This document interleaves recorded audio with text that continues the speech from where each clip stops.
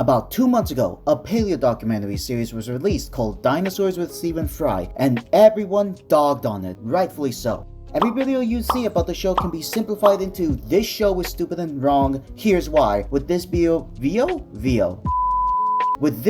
being thrown into that dog pile as well. I'm going to willingly follow the mob mentality, dig up this dead horse, and examine what's left of it before tossing it back into its grave and hopefully never talking about it again. Now, with all that setup done, let's go over how and why this show fails, and in turn, an awful abridging of how not to make a paleo documentary.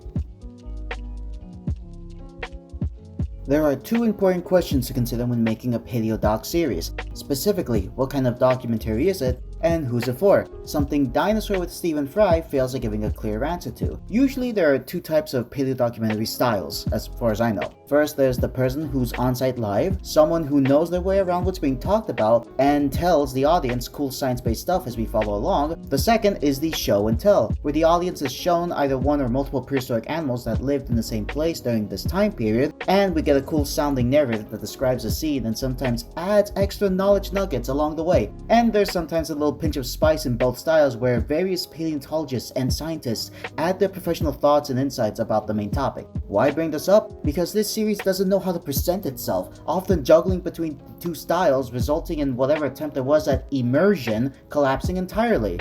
They even bring in paleontologists without any explanation of how they managed to travel back in time themselves, because that's how Stephen Fry got there to begin with, to tell us about the animal that's being discussed, even though Stephen Fry already told us the same information beforehand, but then proceeds to act as though this is all completely new to him. Razor sharp teeth mark it out as a vicious meat eater. How do you know that it's a meat eater? First place you've got to go is right to the mouth. They are not teeth for eating plants.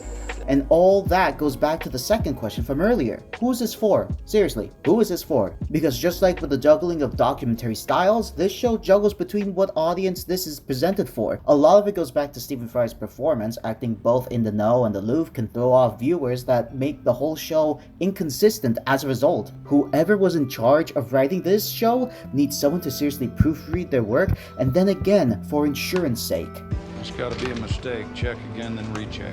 There's also the somewhat random cuts throughout the documentary that, while starting as related to what the topic is, soon feel like its own interesting entity, but then unfortunately ends when we cut back and are reminded of this mess. That's disturbing. Out of all the designs that make an appearance, besides the ones that were stolen, only one looks passable at best. Maybe two. Now, it's pretty clear that you want some good animal designs for a paleo documentary, and since this isn't a movie, accuracy is a much greater priority, and by extension, the animation. I wasn't expecting prehistoric planet levels of animation quality, but just like with the writing, they show us that they didn't care one bit. The green screen, the humans throughout the entire show are so out of place, and not like the obvious way as them being in a different time period. It just throws away the immersion of them being in a different time period entirely. I mean, just look at the screen itself. Not matching the lighting of a scene, zero interaction with the environment, it all just speaks for itself. The Diplodocus is bland, the proportions are pretty on point, a bit ham on the lipless front considering the possible evidence of how they could have replaced their teeth. They shed their teeth in chunks!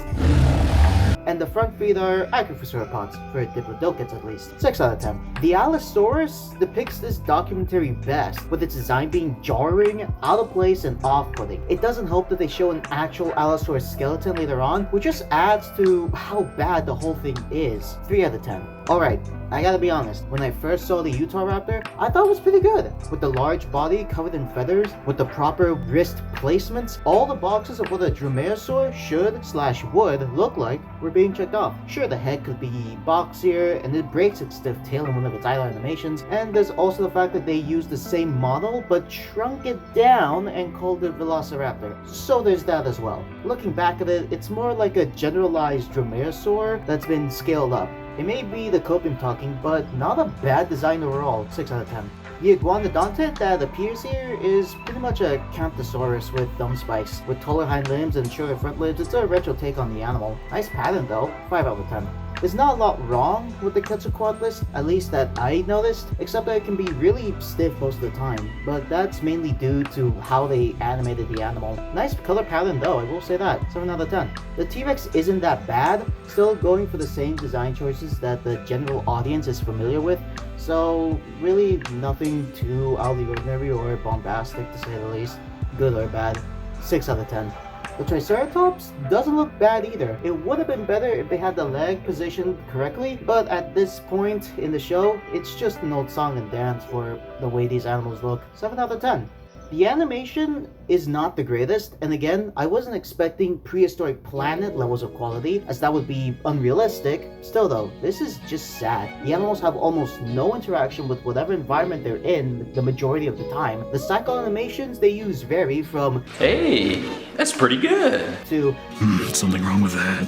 which leads to "What the hell is this?" seriously, a stab from a Triceratops horn can kill a T-Rex. Okay, cool, that makes sense. But a stab in the neck from an iguanodon's thumb spike or a 15-ton, 30 or 40 tons. sorry, 30 to 40-ton Diplodocus crushing you?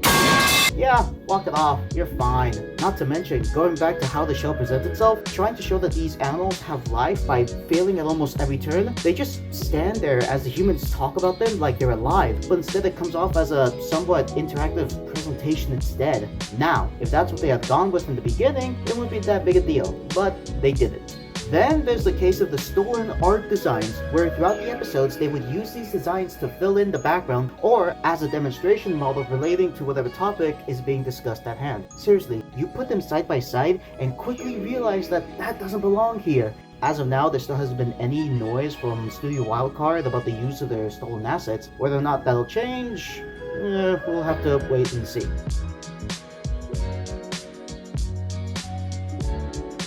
When it comes to the science portion of any paleo documentary, there's a good chance it'll be outdated after a certain period of time. Hopefully. After all, they pretty much act as time markers of our knowledge of the creatures and how we presented them at the time, in good documentaries at least. But it's never a good sign when the science that's being presented to the audience is outdated by nearly 2 decades.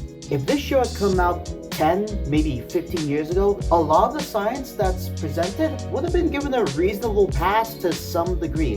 But in the year of 2023, most of what is said here is about as dated as a VHS tape. The science and testing portion of the show helps in this case, because when was the last time you saw a metal reconstruction of an extinct animal's arm, head, tail, claws, or teeth break something? Not since the early 2010s, as far as I can recall. Starting big and obvious, was the T-Rex a scavenger? No. A disproven theory that came out in the early 2000s by Jack Horner. No, not Jack Horner. That T-Rex was a strict scavenger. This is not the case, and this may just be me, but when I was watching the 3rd episode and they brought this up, it felt like whoever wrote this was trying to push this debunked theory, like trying to force itself to a crowd of people. It just felt off-putting in a lot of ways. Then again, it's almost pretty fitting for this documentary if that was the case. The experiment here tests the bite force of a T-Rex on a cow skull, which makes sense, reasonable, and a brick.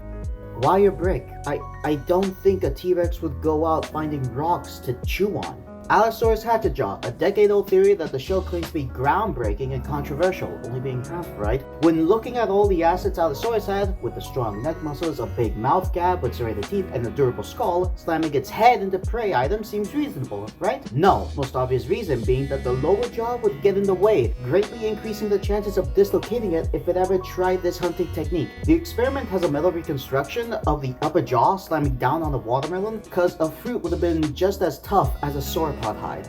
Diplodocus tail whip theory. Could they move their tails fast enough to break the sound barrier? No, it'd break the vertebrae at the end of its tail if it tried. And there's no evidence, at the time of this video, that Diplodocus sauropods had any structure that resembled the end of a whip anyway. Still strong enough to break an Allosaurus jaw though. It's also fittingly mind-boggling that to test this theory, they used manpower instead of a machine to power the tail, because a human can generate that much momentum force equal to an animal over 20 times our size. Why not?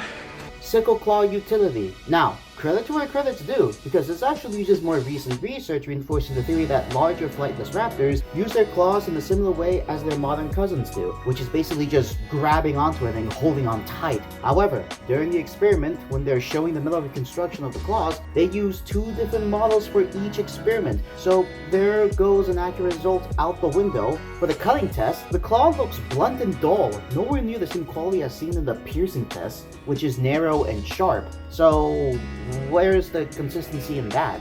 There's also the use of outdated images, the use of species, family, and genus names, treating them all as one and the same, and constantly bring up Pangea every single episode. It's like when a partner talks about their ex all the time. It's just tiring and exhausting to hear. And also a red flag.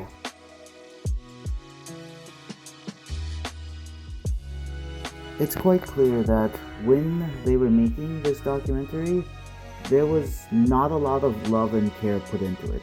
I mean, most of the information and everything else throughout this show easily be looked up in like a quick Google search on Wikipedia, and bada bing bada boom, there it is. And with the majority of it being seriously outdated, offering nothing new in any sense, and also just relying on dinosaurs that most people already know about, with information that's, again, 10 years or more out of date. Yeah, this was set up for disaster from the very beginning.